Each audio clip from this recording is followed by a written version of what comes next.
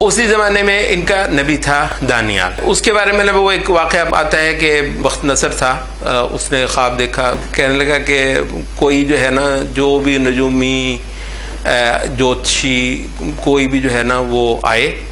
پہلے مجھے بتائے کہ میں نے خواب دیکھا کیا ہے، وہ بھی مجھے وہی بتائے، اور پھر اس کی تعبیر بتائے، اور اگر نہیں بتائے گا تو مارا جائے گا. تو بہت ساروں کو اس نے مار دیا اسی اس میں. تو کہتے ہیں کہ آخر دانیال نبی جو ہے وہ اس کے پاس اجازت لے کر گیا، کہنے لگا کہ دیکھو مخلوق خدا کو یوں مت مارو، کوئی نہیں تجھے بتا سکے گا، کیونکہ کسی کے پاس غیب نہیں ہے اور میرے پاس بھی غیب نہیں ہے، مگر یہ ہے کہ ایک آسمان کا خدا ہے، وہ کسی پر الہام کر دیتا ہے، اور اس نے مجھ پر الہام کیا ہے، اور میں تجھے بتاؤں گا تو نے کیا خواب دیکھا ہے. کہتا ہے تو بتا دے گا مجھے؟ میں نے کہا میں بتا دیتا ہوں تمہیں، تم نے کیا خواب دیکھا ہے. تو جو ہے وہ سلطنت کے امور پر غور و فکر کرتا ہوا کہ تیرے بعد کیا بنے گا، تو یہ سوچتا ہوا سویا تھا، اور تو نے ایک مورت دیکھی. یہ تمثال عربی میں سے کہتے ہیں، یہ ایک امیج جو ہے، ایک مورت دیکھی، جس کا سر سونے کا تھا، اس کا جو سینہ ہے وہ چاندی کا تھا، پیٹ اس کا جو ہے وہ پیتل کا تھا، ٹانگیں جو ہیں وہ لوہے کی تھیں، اور وہ درمیان میں جو ہے نا وہ مٹی بھی اس کے اندر آئی ہوئی تھی. تو یہ تو ابھی دیکھ ہی رہا تھا کہ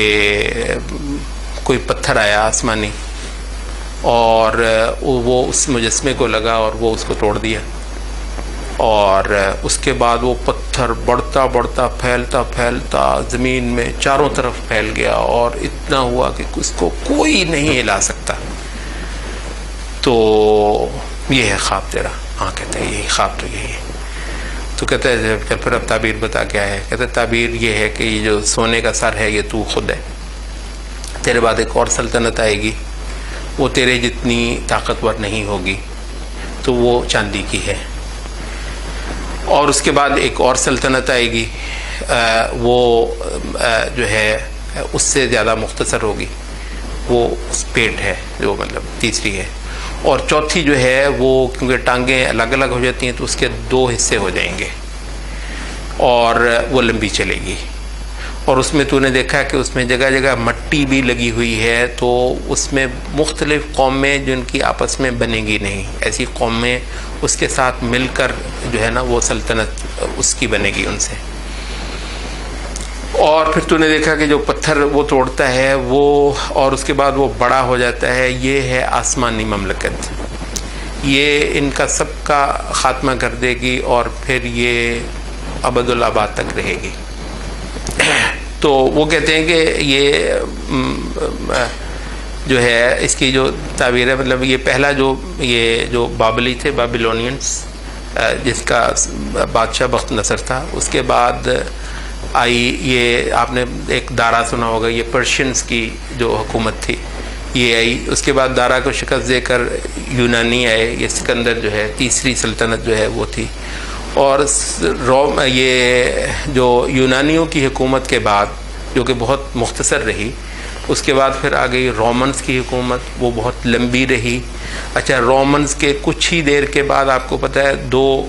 ٹکڑے ہو گئے تھے، ایک جو ہے یہ اٹلی میں ہو گیا تھا، اور ایک دوسرا یہ قسطنطنیہ میں ہو گیا تھا. ان کی جو ہے آپس میں وہ بندر بانٹ ہو گئی تھی.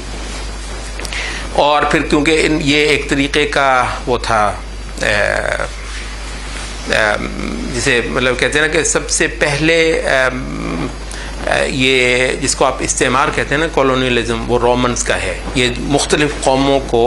اپنے ساتھ گانٹنا اور ان کا پورا استحصال کرنا، ان کے ذرائع، ان کے وسائل، حتیٰ کہ ان کے دماغ بھی جو ہے نا وہ لے کر آنے. تو یہ جو کولونیلزم ہے بنیادی طور پر یہ رومنز کا ایک وہ ہے. تو مطلب یہ رومنز کی حکومت جو ہے اب لمبی رہی. اچھا، تو وہ کہتے ہیں کہ اس دوران میں یہ جو اہل کتاب تھے یہ مسلسل اس 5ویں آسمانی مملکت کے منتظر رہے،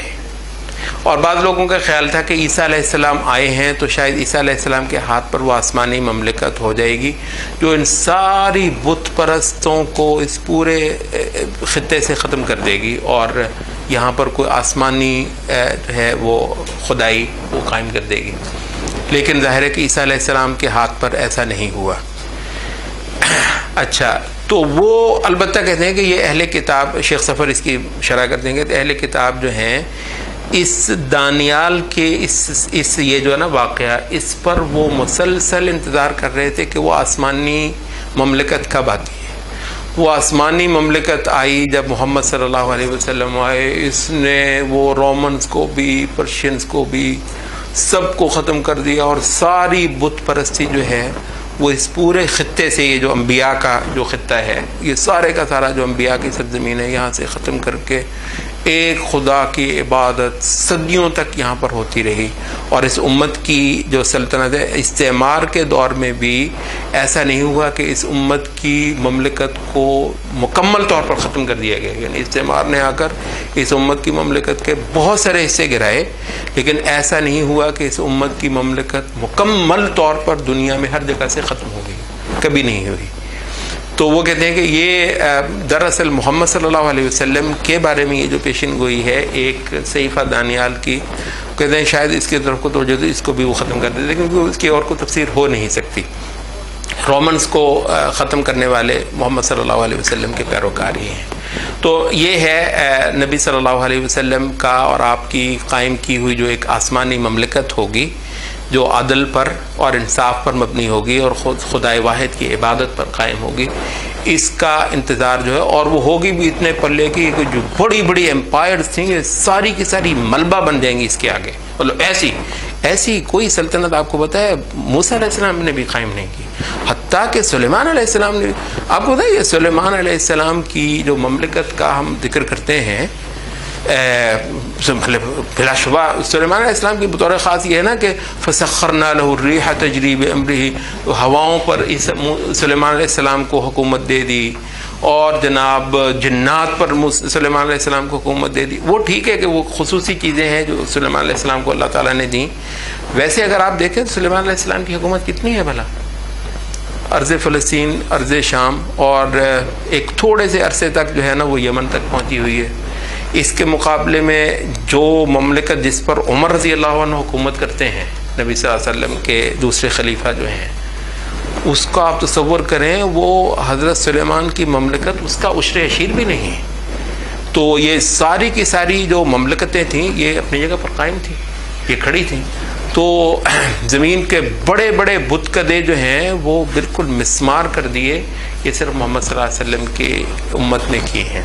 تو یہ ایک اتنا بڑا آسمانی مشن جو ہے جس نے آخری زمانے میں آنا تھا اور جتنے شرک کی سلطنتیں ان کو زیر و زبر کر دینا تھا، تو اس کے بے شمار شواہد دنیا کے اندر